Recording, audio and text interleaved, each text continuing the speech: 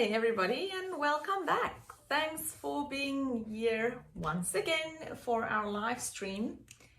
And today is the 13th of April, Tuesday, if you didn't know.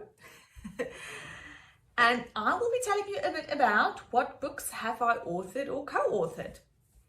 So yes, I have actually been fortunate enough, lucky enough, whichever way you want to see it, maybe committed enough, that might be another way of looking at it, of actually authoring some books.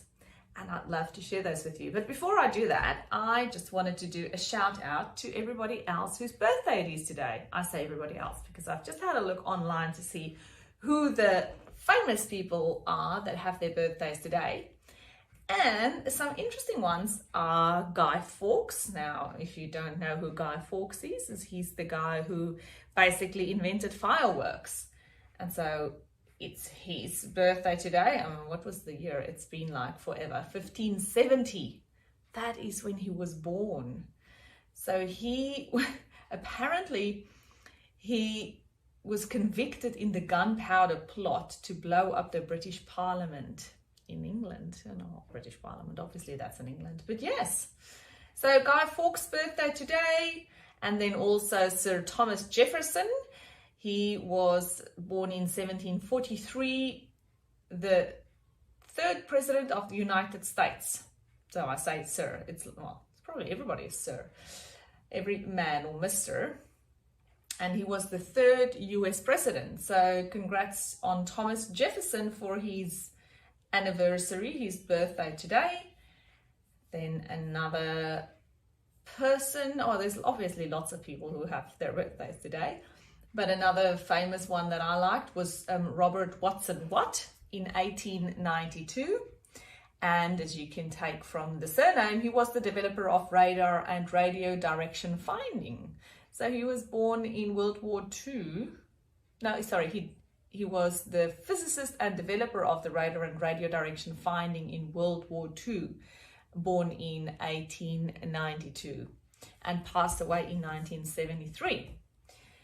And another person, lots and lots and lots, but another person that I thought was interesting was, I just need to go through my list, Garry Kasparov. And if you are anything like me and you like a bit of a chess game, then you will know who this person is, because Garry Kasparov is a Russian chess player and he was world champion in 1985 to 1993. So for basically 8 years, he was the world's best chess player, born in Azerbaijan.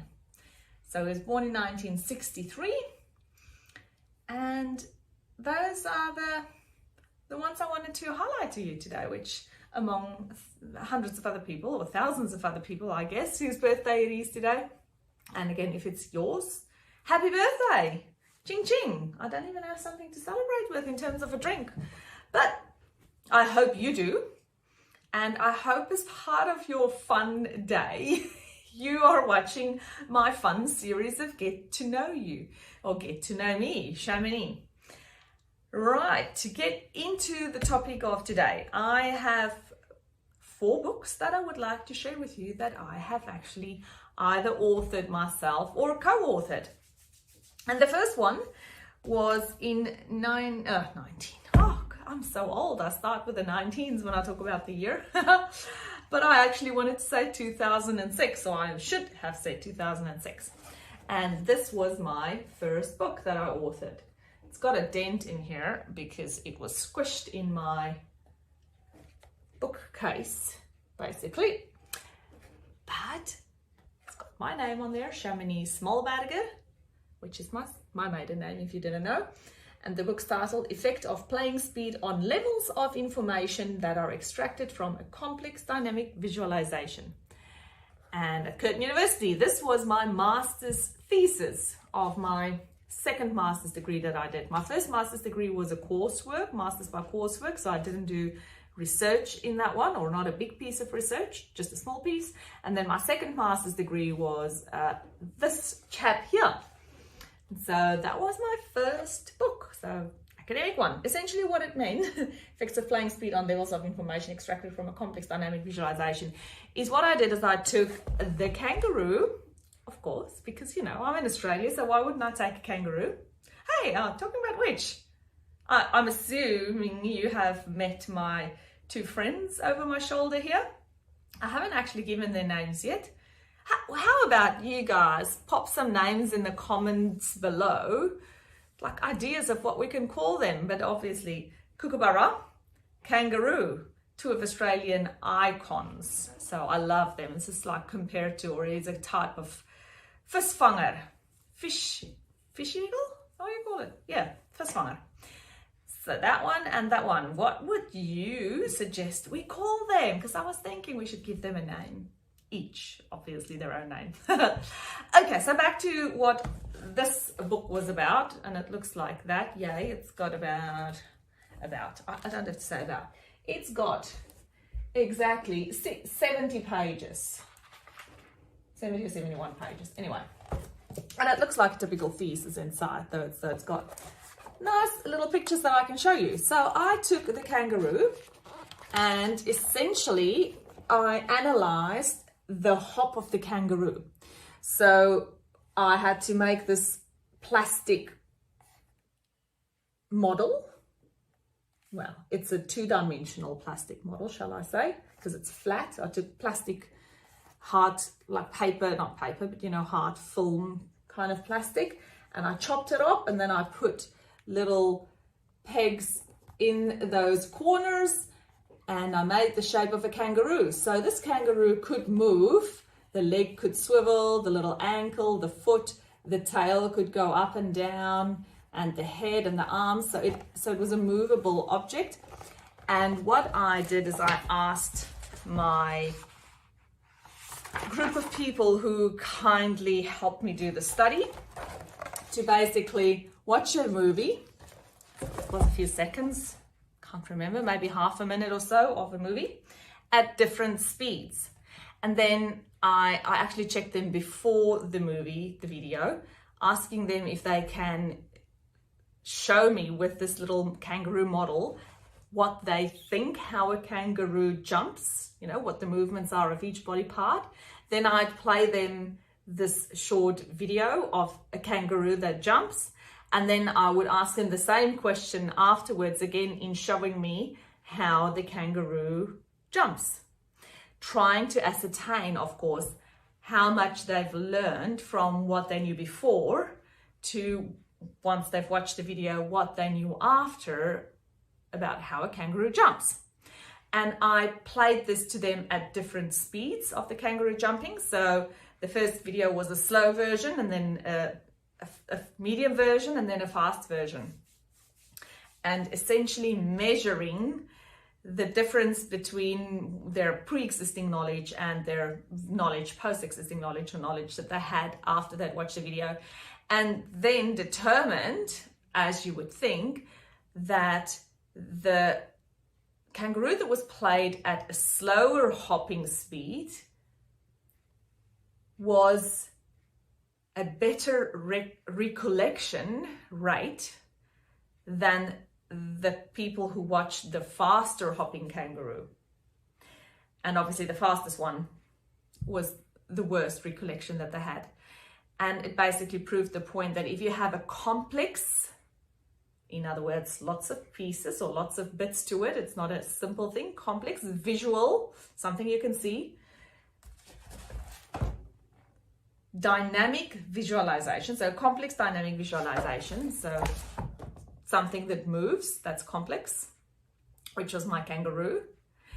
Then if you play it to people at a slower speed, they have a much better understanding and recollection after they've watched that, versus when you play a similar thing to them at a fast speed. And that supported my hypothesis, basically. So whenever people design, and this was a Master of Education, by the way, whenever people design any scientific or educational material that's complex, it should be played at a slower speed so that the students who are watching it can learn better. Right, that was my first one. My second one looks pretty much the same. It's just a little bit different in the thickness. So this was my master's thesis. And then I went over to this big daddy, which is my PhD or my doctoral thesis. Again, Curtin University, Chamonix, Smallberger, and an employer demand intelligence framework, which took me 3 years to do this research. And I was privileged enough to do it on a scholarship at Curtin University. I actually had about 3 scholarships in total. But yes, let's refer to the big one. And they were kind enough to provide me a living allowance. So that was really helpful when I did my PhD on a full-time basis. And I still have these little bits and pieces, this like original request of my thesis to be printed, because obviously when you do it initially, it's in a soft copy and in a not as pretty bound version. And what is this? Oh, and this is obviously a thing to say that the product I've chosen to bind my thesis is in leather. I guess that's what that sign shows us. And yeah, trying to see what it's inside. So inside, again, a typical thesis looking thesis with lots of nice little pictures that I had to put in to explain. But essentially, now that it's open on this one, this is my thesis in a nutshell. So it explains all my research. It explains what it is that I did and the process that my research was based on. And it's called an employer demand intelligence framework. Essentially, my thesis is based in 2 different fields. I have 2 focuses or foci. The first one was in the field of skill shortages, and the second one was in the field of information systems. And so I brought these 2 fields together and did my research in, well, basically with the one leg in the one field and the other leg in the other field. So it was across two industries. And what I essentially did is I designed a prototype, which means it's like a beta version, or how do you explain a prototype? It's an example or something that you've tested that works. And this prototype was an information systems application, similar to an app or a computer program, that you can call it that way, where it goes in the internet and it gathers data on the internet on specific websites that I told it to go and look for, grab that information, and then it analyzed it and it provided a report on the other end. So in plain English, I built a system that goes onto job websites in Australia.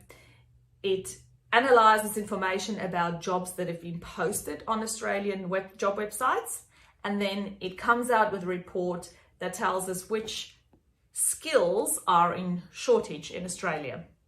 And the reason I built this was because in my life before I did my research, I used to work for government-related industries or agencies who were required to do skill shortage research for the government. And the way that we were told to go about doing it was extremely subjective. So my thesis goes from the position of stating that skill shortages are determined on a subjective way as opposed to a factual or a qualitative process. And the software that I built basically proved that you can determine skill shortages based on facts and the real data that's out there, as opposed to the current way that it's being done, where people go out to companies, businesses, and ask them, hey, what do you think? do we need more engineers? Or do we need more doctors? Or do you think we need more electricians? And then somebody else would say, yeah, I think that's a good idea. Yeah, maybe we need more of this and more of that. That's essentially about as accurate as it is, because that's what we had to do. That was our job. I was part of one of those people who had to speak to different companies and asking them which skills they believed was in shortage in Australia. And then that information was fed to the government agencies, and they would make a range of assertions based on that. For example, what are the skills that we should allow into Australia? Should we get more doctors or engineers or teachers or hairdressers or chefs, or any of the above? Or should we provide more training to upskill our current workforce? Because if Australia has a shortage in, say,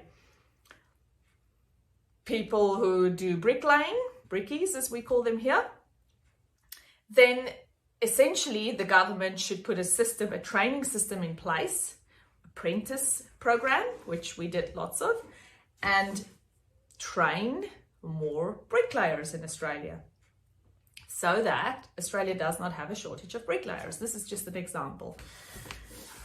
And because we have the internet these days, well, we've been having it for a while, but it's getting more and more clever. There are various ways in how you can build intelligence. You must have heard of the word artificial intelligence, or the two words, the one concept. And so my thesis is based on a type of artificial intelligence. So it's a clever system that it grabs data from the internet. It works on a model in the background, the structure that I built, that I put in place to tell the computer how it should analyze this data that it grabs, and then how to process it so that it provides a report indicating skill shortages. And yes, as I said, that's based on artificial intelligence, and the structure that I built it on is called ontology.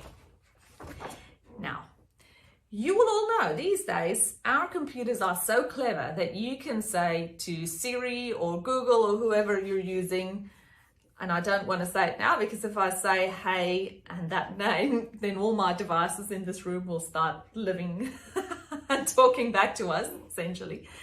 But if you call them by their name and you ask your computer assistant or your phone assistant to look something up for you on the internet, like what's the weather today, or what's in my calendar, or how do I drive to here or there, then your computer goes and finds this data and provides it to you back in a matter of a few seconds. Now, the internet is moving towards becoming really, really helpful in automating our lives and being really intelligent. So there will come a day that you will just say to your computer, tell me what time I have to be at my hairdresser, so that obviously using Google Maps, so that I get there, so that I leave in time at home and there's no weather problems on the way, if there might be a cyclone on the way. And also, you can just work in so many variables in your request to your computer. And that's all based on artificial intelligence, which is based on something called ontology. And ontology is the network of systems that fit together in our world to provide data intelligence, or intelligence, artificial intelligence. There's the word again. But we need to build this artificial intelligence to tell the computers how to understand it and how to analyze it. Computers don't just know it. Somebody needs to actually feed this information in. And so people like I and other researchers, we spend countless hours building these little blocks. And so mine was specifically in the skill shortage area / employer demand. So skill shortages are basically based on the demand of employers. And if there's no demand, then there shouldn't be a skill shortage. Now, I just want to get a picture to show you quickly what an ontology looks like. I've showed you my big framework that the thesis was built on. But if you see it, it would make a little bit more sense.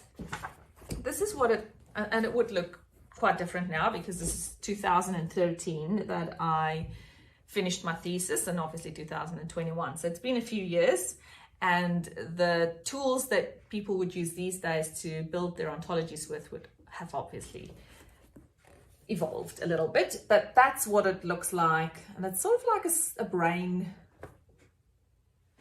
storming session almost, where you have nodes that are attached to concepts. And there should be some more pictures in here.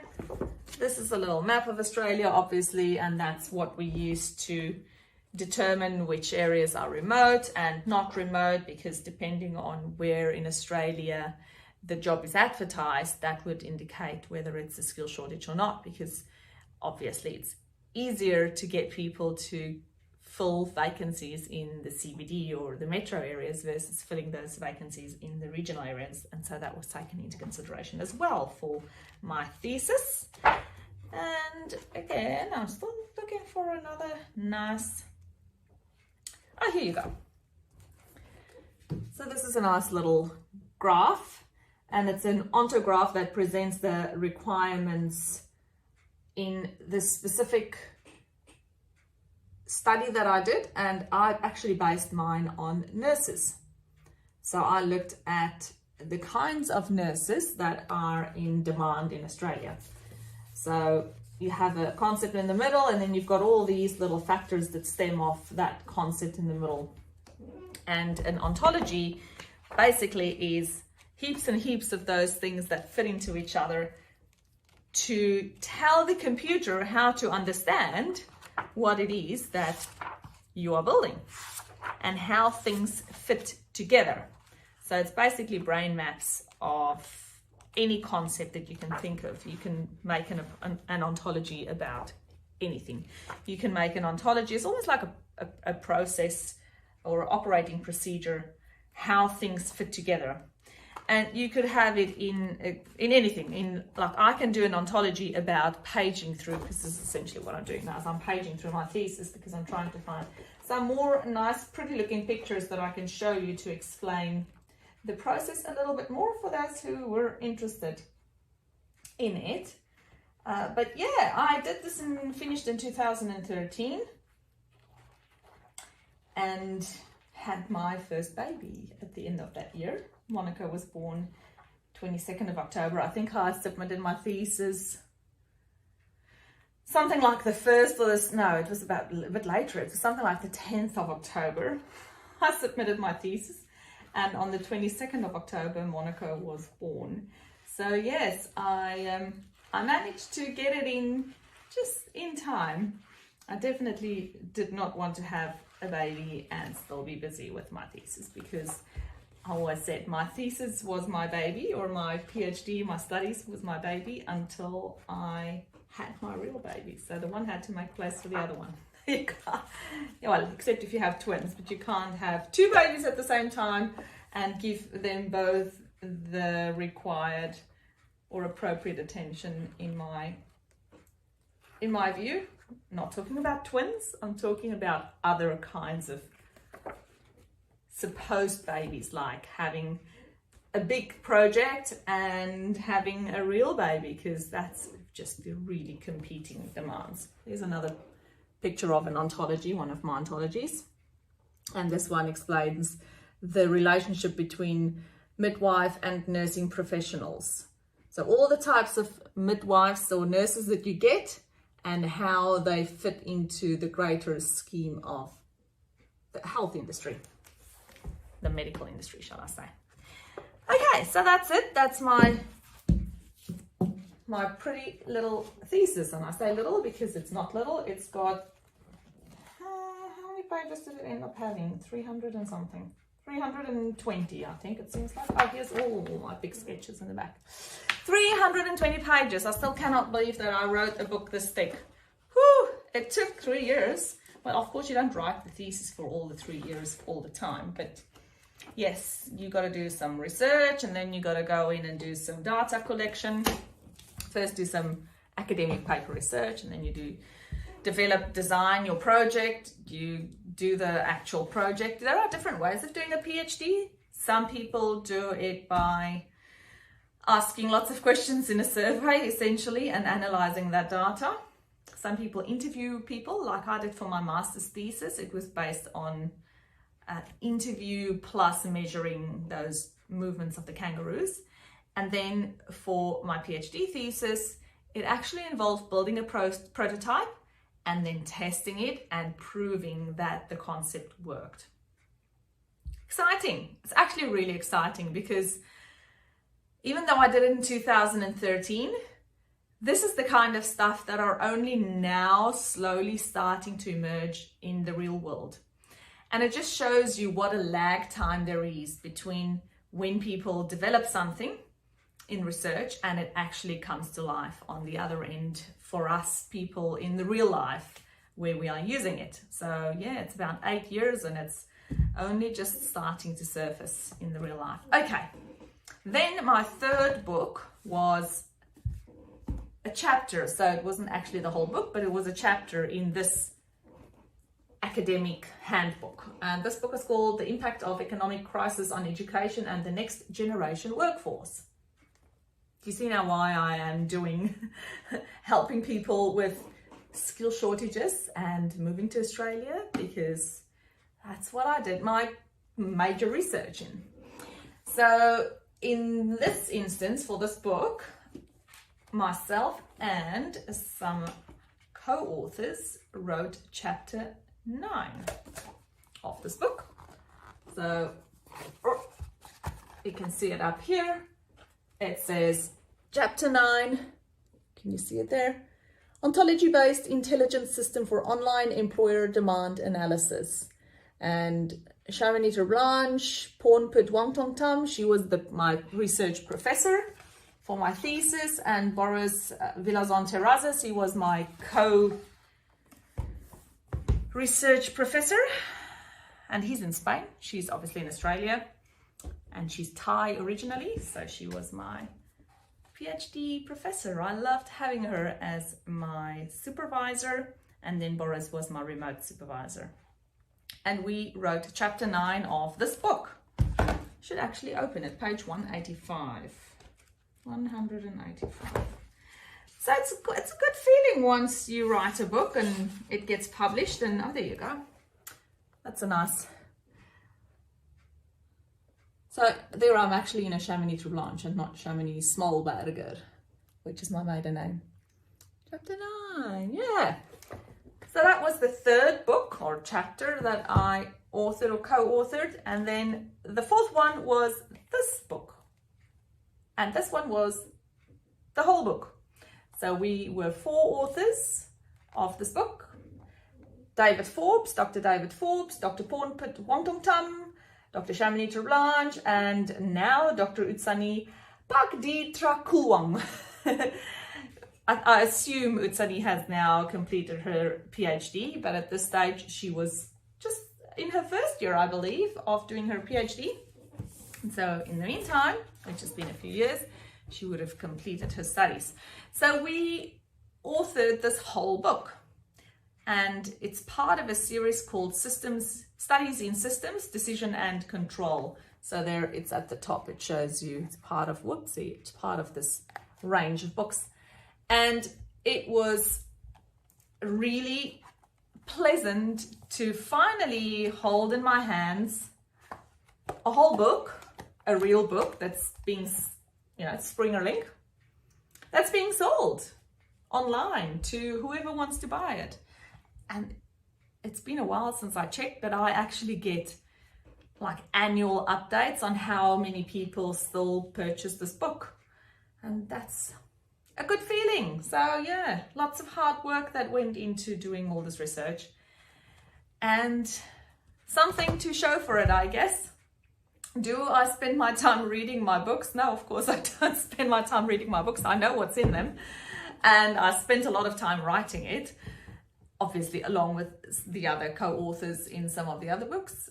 But yeah, it's something that I am proud that I put the time and the effort in, and really blessed and thankful that I did do it. And now I am hopefully going to be authoring in the not too distant future a book that's not an academic typical academic book like that, but something that's also educational, just in a more, a less PhD level kind of language.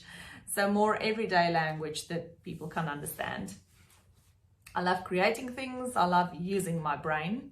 I really do. I feel like $1 million is if I have spent a number of hours grafting hard and thinking, analyzing, doing research, getting to conclusions, writing, putting some stuff together, and that feeling of where you can see it all fall into place and it just starts working out.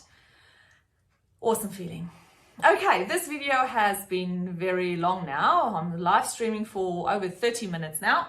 So I think it's a good time for you to say thanks for watching. And I hope you come back tomorrow. My computer restarted. So let me just quickly hop in here so that I can make sure I get the right topic for tomorrow's video. And I would love for you to come back again tomorrow. It was fun to have you. Like, subscribe, hit the bell button if you want to get some more notifications. And let me know in the comments below whether you've authored a book before, or any kind of academic paper or online kind of informational document. Sorry, my computer has restarted and now it doesn't really want to help me out because it's still thinking, and I'm not going to waste your time waiting for all of that to happen. But from memory, if I have it right, tomorrow I will be sharing with you books that I loved reading and that I would recommend you read too, which have made a big difference in my life. And again, if you have any other topics you would like me to cover, and the topics that I would like to cover, of course, I want to cover those too. Let me know in the comments below. And please come back tomorrow for some more fun. You, me, having a chat. Hopefully tomorrow I'll have a drink as well, that we can have a drink together, maybe a coffee. Maybe we should do it a lunchtime thing so that we can just hang for lunch, you know. I'll do the chatting and you can do the eating. How about that in your lunch break? Thanks, guys. And I'll see you tomorrow, same place. Adios.